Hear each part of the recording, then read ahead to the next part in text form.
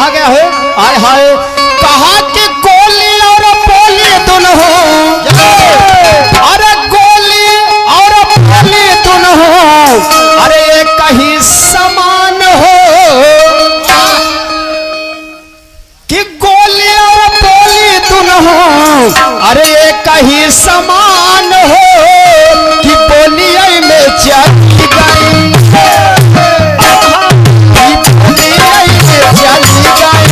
बहुतन की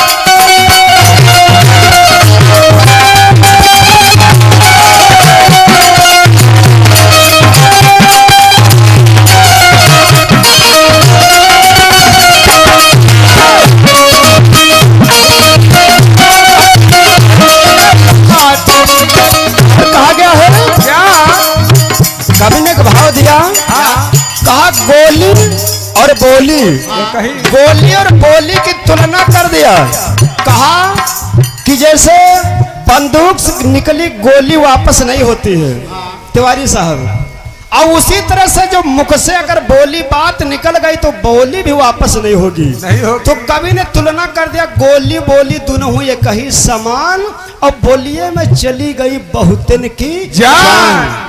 आप लोग सुना होगा कि जी के गोली लगती उसका जख्म तो दिखाईवान होता है और अगर कोई के बोली लग गई अगर बात लग गई उसका जख्म तो नहीं दिखाई देती है लेकिन उसका जख्म बड़ा तगड़ा हो सोवत जागत सो जो जागे हो तुरंत वह बात चाम का फलाने ईवित कहीं दिन है ना तो बोली का जख्म बड़ा ही तगड़ा होता है तो इसलिए कहा गया बोली बड़ा समझ बूझ करके बोलना चाहिए। गोली और बोली दोनों एक ही समान और बोलिए में चली गई बहुतन की जान। बोली में बातें बात में कहो धीरे धीरे बैठे हो कहो बात बिगड़े लगे कहो बीमार दंगा चालू है ना कहा गया बात बनावे बात कहो बात बिगाड़े बात और कबहू द्वारे से आए के जाती लौट बारात बातें बात में बात बनत बारात और बात में कहो बात बिगड़ जाए बारात लौट गई तो कहा गया है हाय हाय दुर्योधन से बोली बोले अर्जुन के जाना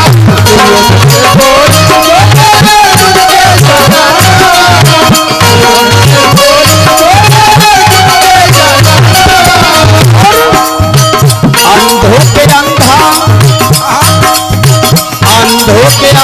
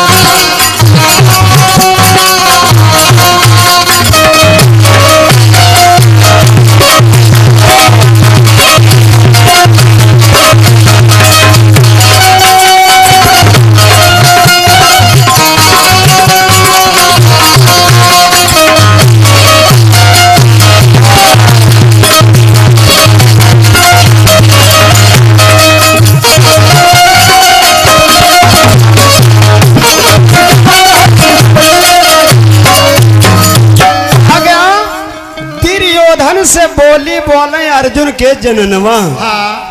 एक बार दुर्योधन जा रहा था धर्मराज के वहां, ऐसा था यानी महल बना था धर्मराज का कि दुर्योधन को समझ न पाया। वो सोचा कि यहाँ पर पानी भरा है ओ खाली बना था ऐसा ऐसा सिस्टम से घर बने कि समझे नहीं मिलत कुछ। तो उस दुर्योधन समझा यहाँ पर पानी भरा तो जो अपना हिजामा है पैजामा संतोष है पहने रहे बटोर नहीं सोचने आगे पानी भरा है, लेकिन वहां पर सूख था मामला। और जहां पर पानी भरा रहा हुआ मालूम रहा ऐसा ही पत्थर लगा है तो जाग पानी में गिरी पड़े बिचारे। तो द्रौपदी अंटे पर खड़ी देख रहे रहे कहला ये अंधों के अंधा है। दुर्योधन के बात खल गई विचार इसलिए कि दुर्योधन के जो पिता थे धृष्टराज वो जन्म के अंधे थे और द्रौपदी कह ये अंधों के अंधा। हाँ कहीं ना हम हो कहे से और बप्पो कहे डारे समझ। तो दुर्योधन को बात खल गई कि मैं अंधों के अंधा हूं। दुर्योधन ने उस समय प्रतिज्ञा कर लिया द्रौपदी याद रखना एक दिन नग्न अवस्था निर्वस्त्र करके तुमको मैं अपनी जांग के ऊपर बैठा लूंगा तब पूछूंगा बताओ अब ये अंधों के अंधा है कि ना है। आप लोग सुना होगा द्रौपदी का चीर हरण। दुशासन ने चीर को खींचा जब जुआ में बाजी में हार गए पांडवा तो दुर्योधन यही दुशासन से कहा कि नंगन कर दो निर्वस्त्र कर दो तब इनका हम दिखाई कि हम अंधे हन की देख पर उनका। लेकिन भगवान कन्हैया की लीला थी जो उनकी लाज मर्यादा बच गई। उस समय भीम ने प्रतिज्ञा कर लिया दुर्योधन याद रखना जिस जांग पर द्रौपदी को बैठाना चाहते थे उस जांग को मैं अपनी गदा से तोड़ दूंगा। और क्या द्रौपदी ने प्रतिज्ञा किया दुर्योधन आपके जो है जिस समय मैं बार खुला रखूंगी तुम्हारे खून से अपने बार बांधू। बात कौन न रहे धीरे धीरे बात बढ़ गई। इतना ऐतिहासिक महाभारत युद्ध हुआ जीमा न जाने कितने लोग बेचारे मारे गए। तो इसीलिए कहा गया बात यानी बोली बड़ा समझ बूझ करके बोलना चाहिए। ऐसा वर्ड न बोला जाए जो किसी लोगों को ठेस पहुंचे।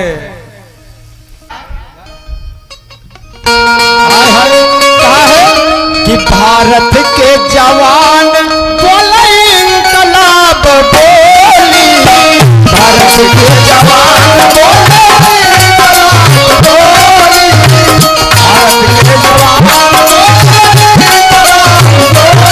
के जवान अंग्रेज पापी मारे सीनावा पे गोली अंग्रेज पापी मारे सीनावा पे गोली अंग्रेज पापी मारे सीनावा पे गोली।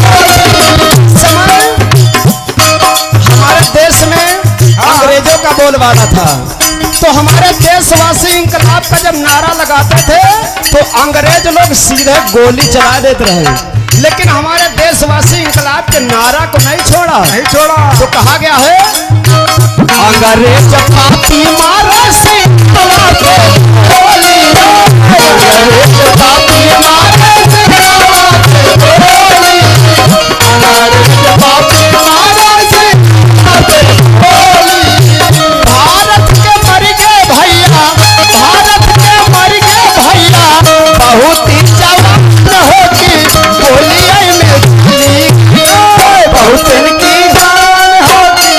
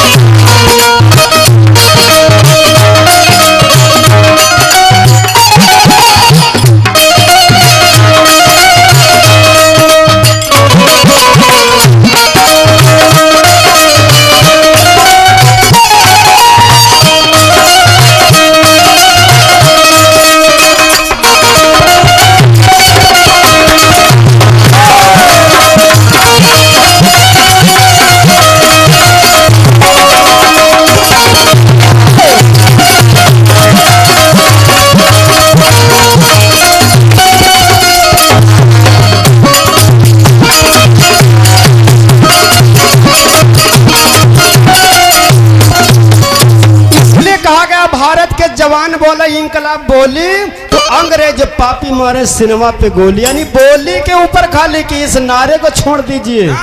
देशवासी हमारे नहीं छोड़े तो भारत के मर गए बहुत जवान और बोलिए में चली गई बहुत की जान। बहुत लोग बेचारे खाली बोले न मार डरेगे वो चाह जत्ता सुधार के बोले लेकिन वह कौवा वाली बात है, चाहे जितना सुधारे लेकिन का कोयली न बनी है।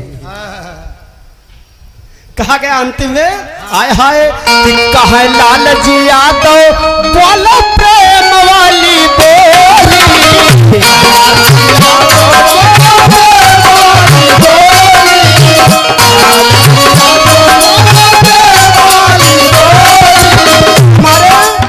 मास्टर साहब लाल जी का कहना कि प्रेम की बोली बोलना चाहिए।